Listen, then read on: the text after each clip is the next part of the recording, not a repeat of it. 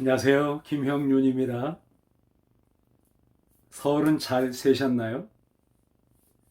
어디서 설을 보내셨나요? 가정에서? 아니면 휴양지에서? 우리가 어릴 적엔 설과 추석이 정말 대단한 명절이었습니다. 1년에 두 번이는 명절이 기다려지는 대목 보는 절기이기도 했기 때문이죠. 설날 되면 윤구경 씨가 지은 노래를 부르면서 집집마다 돌아다니면서 순리하듯이 수은하듯이 세배를 하고 세뱃돈을 받고 선물을 받는 재미가 아주 쏠쏠했죠. 까치까치 설날은 어저께고요. 우리 설날은 오늘이래요. 하면서 형제들끼리 친구들끼리 삼삼오오 짝을 이뤄서 동네 집들을 샅샅이 다니면서 어른들한테 세배를 하고 그때 돈으로 10원씩 받고 아니면 어떤 집은 사탕이나 과자나 이런 것들을 선물로 주곤 했죠.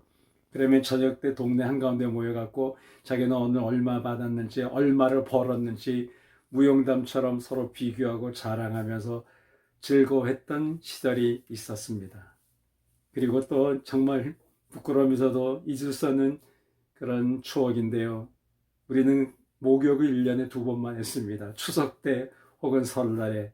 지금처럼 샤워실이 집에 없었기 때문에 보일러도 없었던 시절이기 때문에 동네에 있는 재래식 조그만 목욕탕에 가면 동네 사람들이 다 모여서 우글우글 바글바글 거리죠. 옷 벗어낼 옷장도 없어갖고 땅바닥에 개켜서 놓고 탕에 들어가면은 1년에 두 차례 왔으니까 때를 벗긴 그 때들이 온탕에 둥둥 떠다니죠.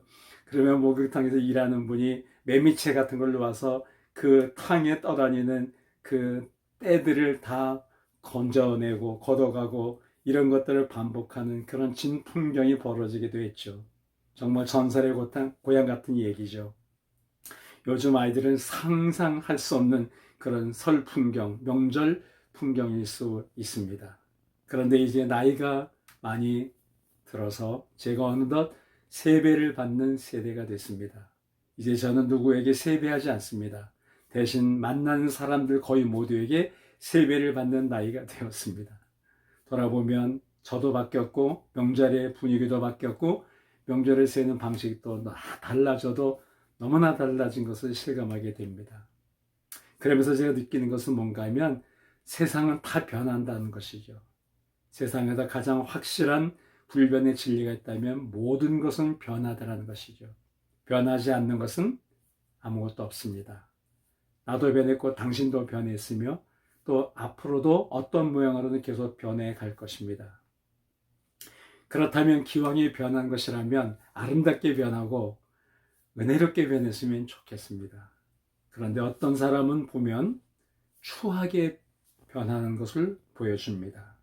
깜짝 놀랄 정도로 저 사람이 예전에 그분이 맞나 그 사람이 맞나 싶을 정도로 몰라보게 팍상 늙었거나 아니면 너무 안 보기 좋게 변한 경우를 봅니다. 그런데 또 어떤 이들은 보면 나이가 들어도 품위 있게 흐흑하게 보기 좋게 변한 분들을 봅니다.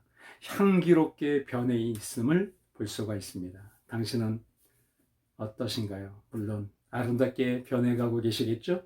보기 좋게 향기롭게 변해 오셨겠죠? 창세기 1장 31절에 보면 하나님께서 우주 만물을 다 만드시고 하나님이 지으신 모든 것을 보시니 심히 좋았더라 이렇게 말씀하십니다. 하나님께서 당신이 만드신 만물을 보셨을 때 심히 보기에 좋으셨다는 것이죠. 오늘 우리를 보고 하나님이 그렇게 말씀하시거나 느끼셨으면 참 좋겠습니다.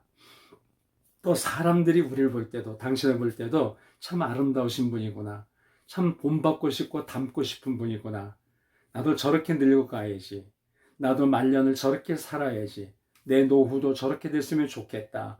라는 바람이 일어날 정도로 그렇게 멋지게 살았으면 참 좋겠습니다.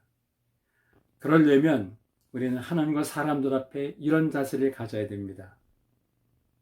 로마서 14장 18절에서 바울 사도는 말씀합니다. 이로써 그리스도를 섬기는 자는 하나님을 기쁘시게 하고 사람에게도 칭찬을 받느니라. 우리가 그런 삶을 살려면 아름다운 변화된 인생을 살아가려면 하나님을 기쁘시게 해드리기를 힘써야 되고 사람들에게도 칭찬받기를 힘써야 된다는 것이죠. 하나님을 어떻게 하면 내가 기쁘시게 해드릴 수 있을까?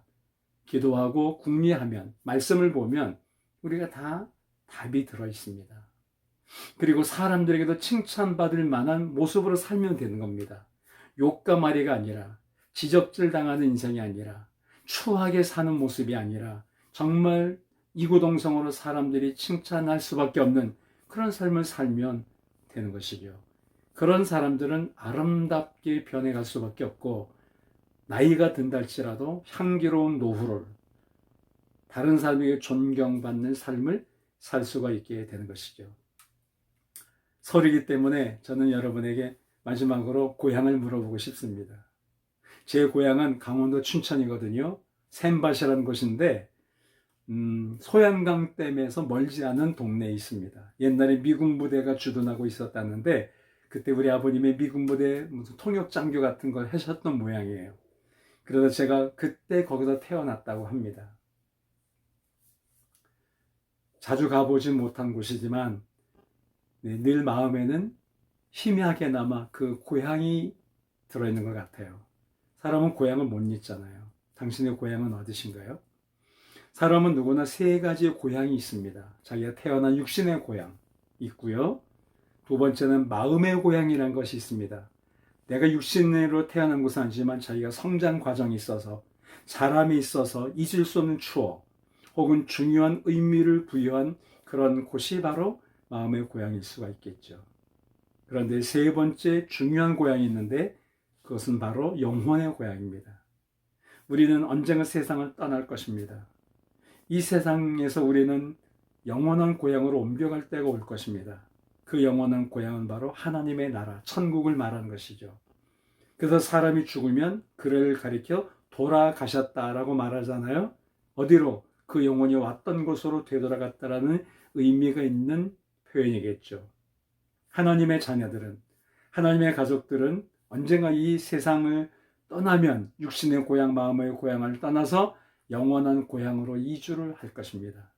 다 한 자리에 모여서 살게 될 곳, 그것이 바로 히브리서 11장 14절에서 16절이 말씀한 대로 영적인 영원한 고향, 그래서 그곳을 본향이다 이렇게 말합니다. 본래의 고향이라는 뜻이죠.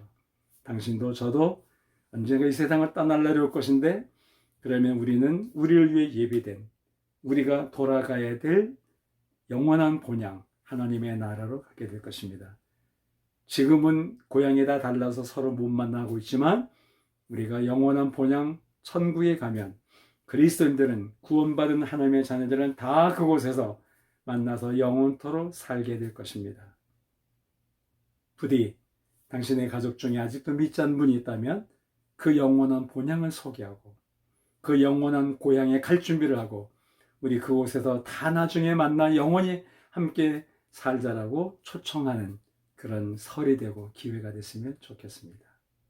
이 아름다운 설 명절에 당신의 가정과 온 가족이 다 구원의 은혜를 누리기를 축복하고 싶습니다. 사랑합니다. 행복하십시오.